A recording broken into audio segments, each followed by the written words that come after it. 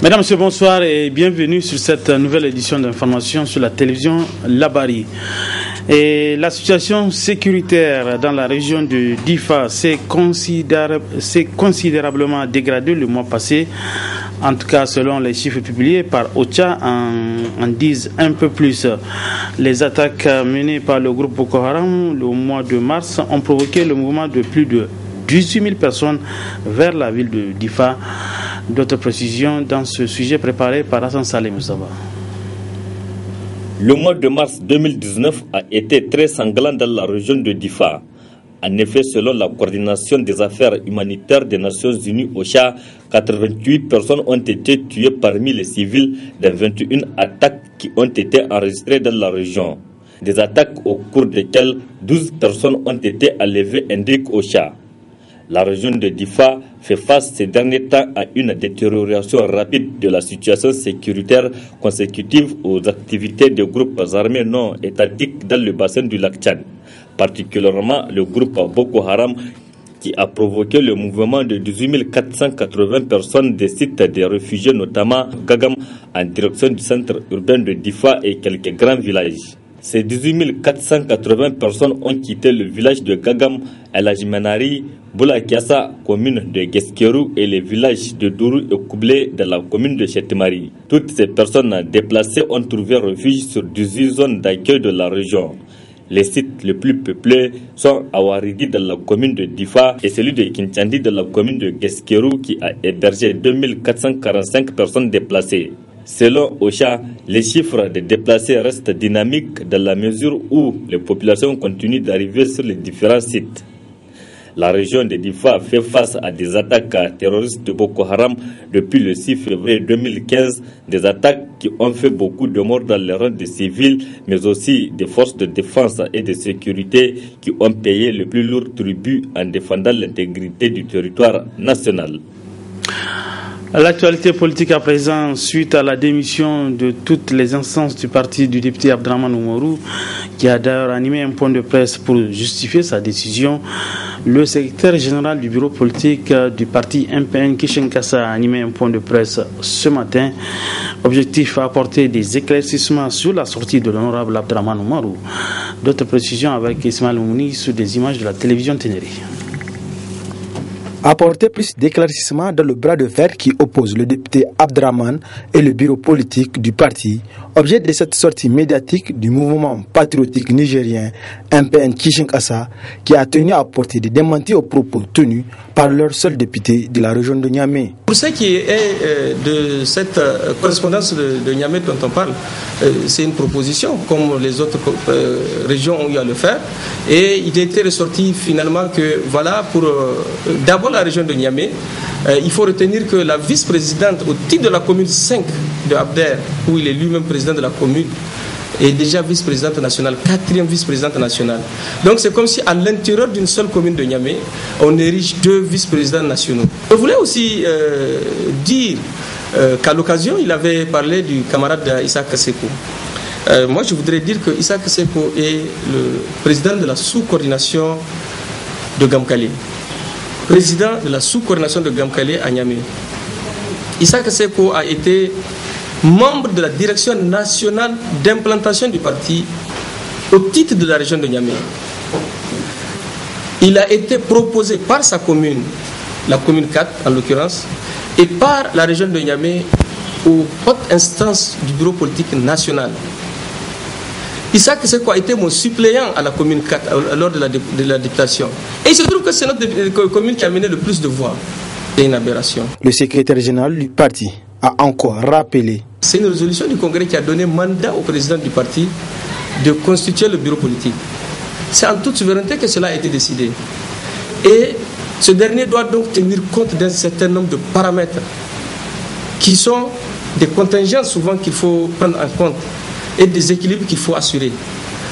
Et donc, il est possible que l'on ne se retrouve peut-être dans un schéma que l'on a souhaité pour soi-même. Mais après tout, c'est une structure politique et d'ailleurs l'une des plus démocratiques du pays. Il était peut-être préférable que le camarade vienne au niveau peut-être de la région, ou au niveau même des instances à laquelle il appartient, pour donner son point de vue, pour manifester son mécontentement, ou pour chercher des éclaircissements. Or, le processus, c'est un processus qui a été amorcé, déclenché, qui a suivi son cours normal et aboutir à ce que nous avons eu à la fin. Mais il était où donc lorsque tout ce processus-là a été déroulé? Pour ne pas le savoir, pour ne pas savoir que le processus a évolué, que le nombre de vice-présidents a évolué souverainement, démocratiquement et à travers le consensus, qu'il a déjà une vice-présidente au niveau de sa commune, qui est d'ailleurs sa vice-présidente à lui, et que peut-être quelque part, même le bon sens commanderait que donc une autre vice-présidence soit quand même de trop. Cette sortie médiatique vient ainsi mettre fin aux spéculations tendant à dire que le député est éjecté du parti et surtout que le MPN Kinshasa n'a pas adressé de sanctions à l'endroit du député Abdraman. Donc, pour le moment, il demeure militant du parti. Affaire donc à suivre. En cette période de chaleur, le poisson est accessible à la population, d'où une forte demande des consommateurs et sa présence en abondance sur le marché. Le point avec notre reporter Mariama Christine Baroum. Ils sont pêchés dans les eaux du fleuve Niger. Ici à Niamey, on remarque en cette période une abondance de poissons dans les différents marchés de la capitale.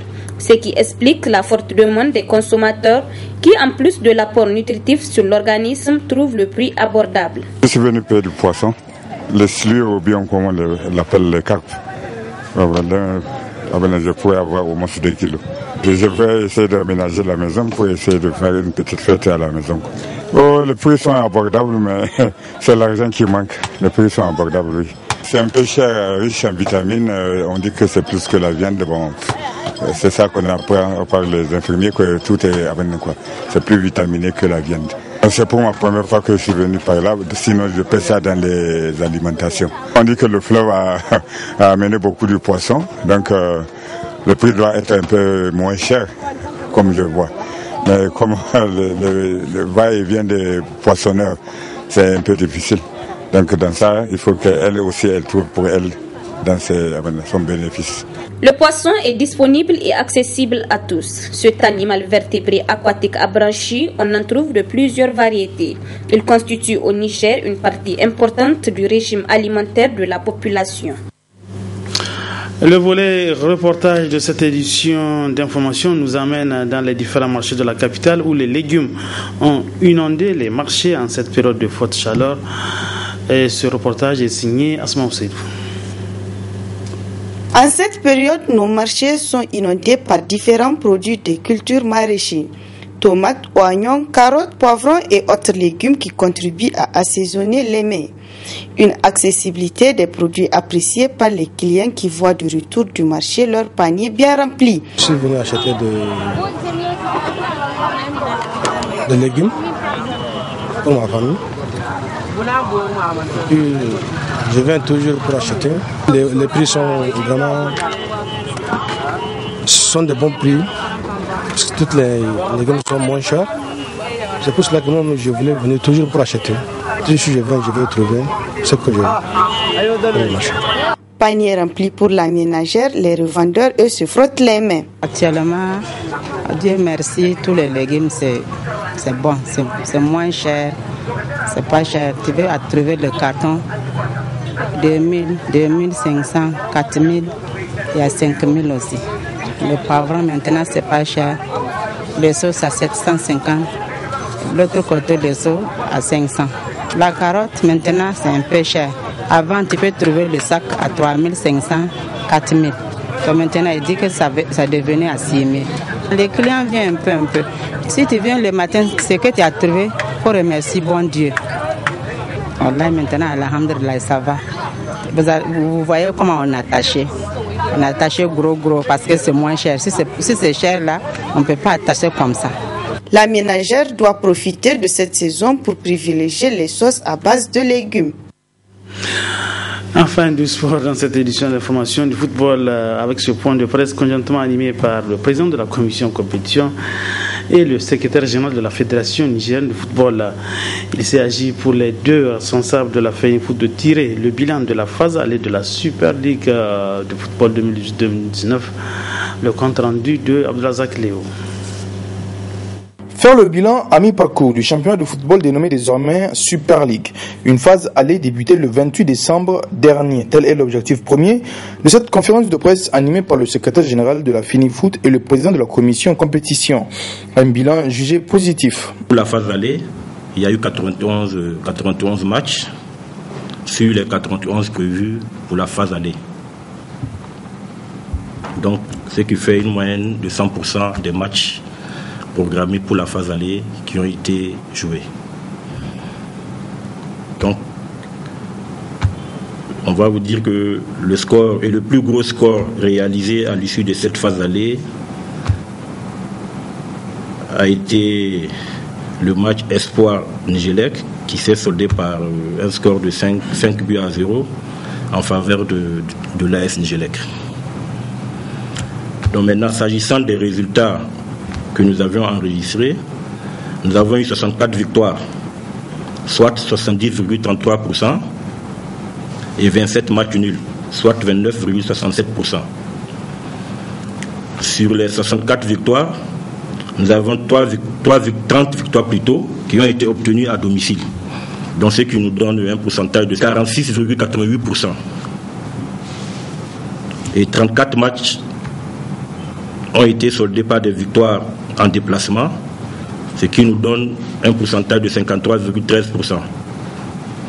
Pour ce qui est des buts, l'on enregistre un total de 198 buts inscrits, donc 95 inscrits à domicile, soit un pourcentage de 47,98%, et 103 buts inscrits en déplacement, soit 52,02%. Pour cette deuxième phase du championnat, d'importantes décisions ont été prises. Conformément aux dispositions réglementaires en vigueur, les assesseurs et superviseurs répondent directement du comité exécutif à qui ils rendent compte. Ils sont chargés d'évaluer le comportement des officiels à travers leurs décisions dans la direction du jeu et dans la gestion des matchs. La présente décision, qui abroge toutes les dispositions qui lui sont contraires, prend effet à la date de la signature et notifiée et communiquée partout où besoin sera. Signé donc le colonel-major Jibilehi Mohamedou Dipele le 31 mars 2013. À part donc la désignation de superviseurs et d'assesseurs d'arbitres, conformément donc aux dispositions des articles 61, 62, 72 des statuts de la FENIFOOT, il est créé auprès du comité exécutif la commission centrale d'éthique et de fair play, qui a pour responsabilité particulière de veiller à l'intégrité, à l'éthique et à la sauvegarde de l'image du football nigérien. À ce titre, elle est chargée de préserver l'image de la FENIFOOT, ses structures, ses compositions, ses compétitions, l'ensemble des membres et dirigeants de clubs de toute influence négative contraire aux principes de l'éthique sportive.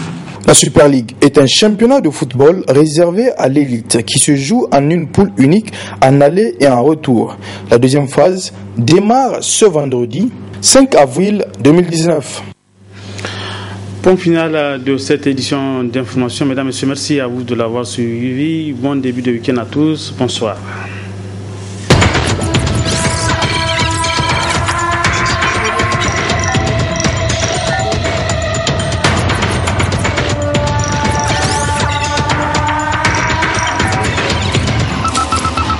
Jungle.